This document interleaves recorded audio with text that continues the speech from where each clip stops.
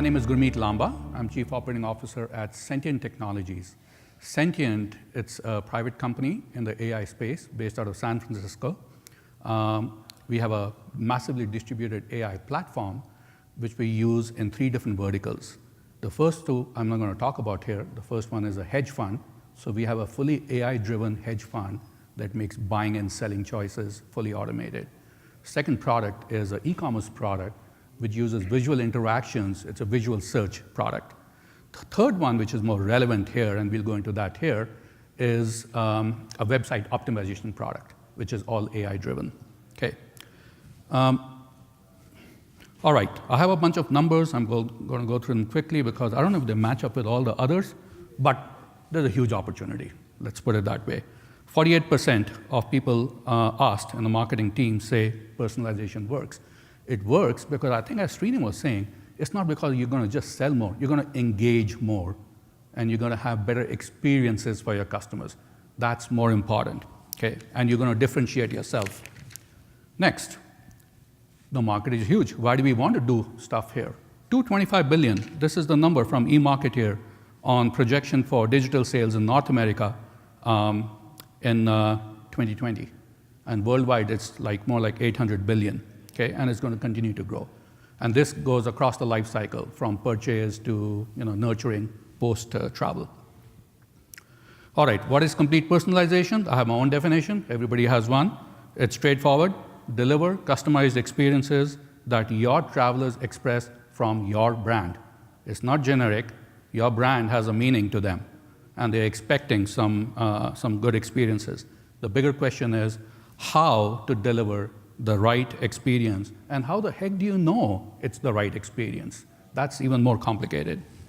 By the way, I have to say, so this travel I made from San Francisco to here, I didn't see an iota of personalization on my experience.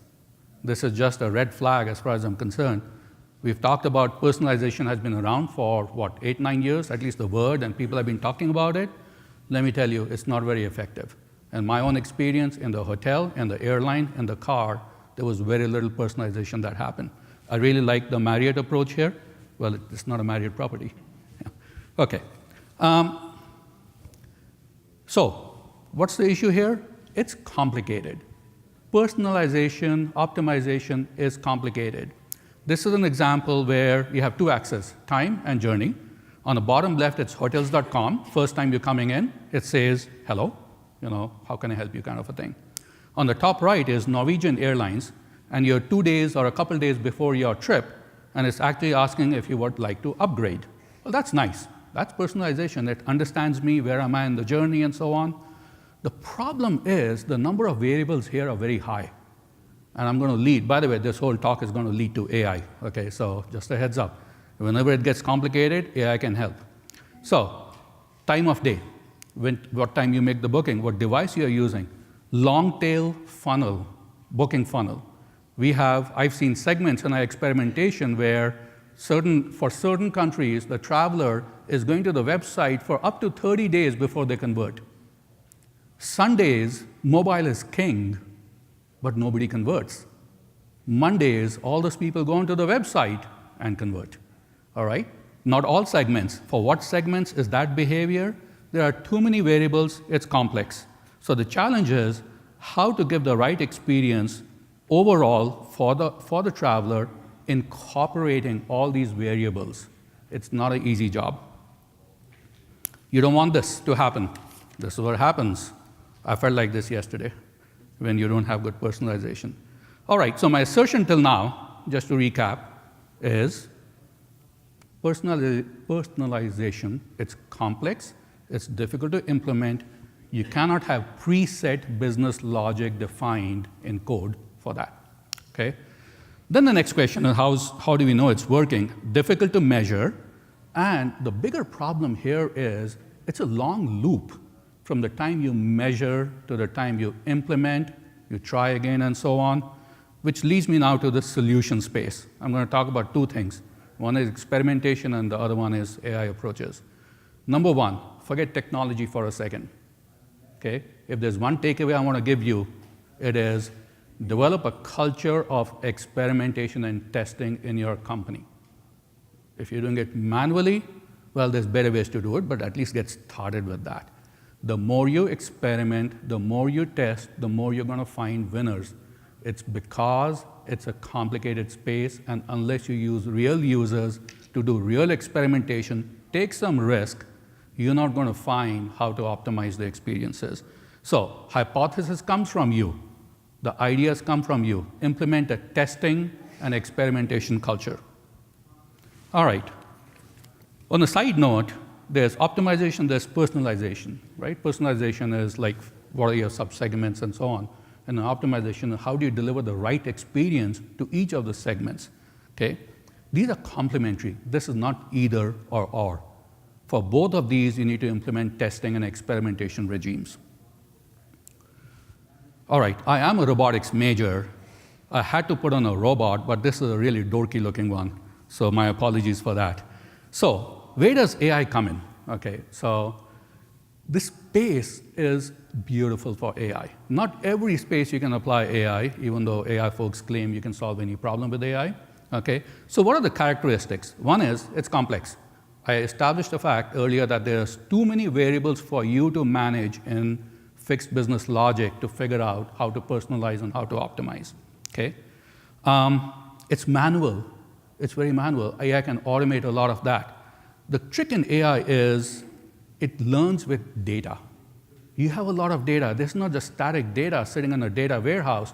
As you see traffic coming in, as you're experimenting, you're learning. That's the beauty. AI is all about machine learning, the learning portion. How is it learning? Not from insights from you. It's insights from looking at the data itself. Okay? Lastly, AI can enable scale and speed. You don't have time to analyze, to throw engineers and analysts at the problems, come up with new ideas, implement them. Months go by in that process. AI can help understand the data, analyze it, take action, look at the results, and iterate from there. We have a phrase called OODA loop. OODA as in observe, orient, direct, act, learn, and do the cycle again. Apparently the US Air Force used that model in the Korean War, right? You observe, orient yourself, decide what action you're going to take, act on it, learn from it, and do it again in rapid succession. That's AI. Okay, second last slide. So let's get real here. I speak to a lot of audiences where people get paralyzed. Oh my God, do I need to use AI? Do I need my machine learning engineers? Do I need to hire data scientists? How many PhDs do I need? Well, the good news is that you do not need armies of these people anymore in a number of areas. It's work in progress. There's actually products. Whether you're a small travel company or a huge conglomerate, you can use out of the box with APIs available in the cloud that you can get to start using AI and see the results at the get-go. You do not need armies of consultants and engineers for that. Okay? At Sentient, we have a few products. As I said, conversion rate optimization, website optimization. The way it works is we use a space of AI called evolutionary algorithms, which mimics genetic evolution, how we are, right? So basically, the AI takes your ideas, it generates web designs automatically, sends traffic to the various designs, kills the bad ones, crosses over the genetic material from the top-performing ones, creates a new population, just like we evolved. Periodically, it'll mutate so that we are not climbing the nearest hill, we are looking for the highest hill in the search space. You don't want to optimize just on the nearest optimization point. Otherwise, you and I would probably be frogs with big brains. Think about it. A lot of mutation happened in our lifetimes. Anyway, extending the same concept into segmentation, right? You do not come up with predefined segments. The segments keep on evolving. There are segments out there with patterns and behavior that you and I cannot understand. AI can. It can look for patterns. The nirvana in this space is automatically optimizing the segments, in parallel, automatically optimizing the experience for those dynamically changing segments. That's nirvana in this space. Anyway, in closing, a few things, takeaways again. What I've tried to establish here is the space is complex. It's difficult to do with traditional approaches. Okay? Number one takeaway is a culture and tools for experiment and test. Second one is AI can help optimize and personalize at scale and speed. Sentient has a booth, and booth 6 out here, please visit us. We have T-shirts out there which says, join the evolution with an arm like this. Get it? Evolutionary algorithms for AI. Thank you very much. Thank you.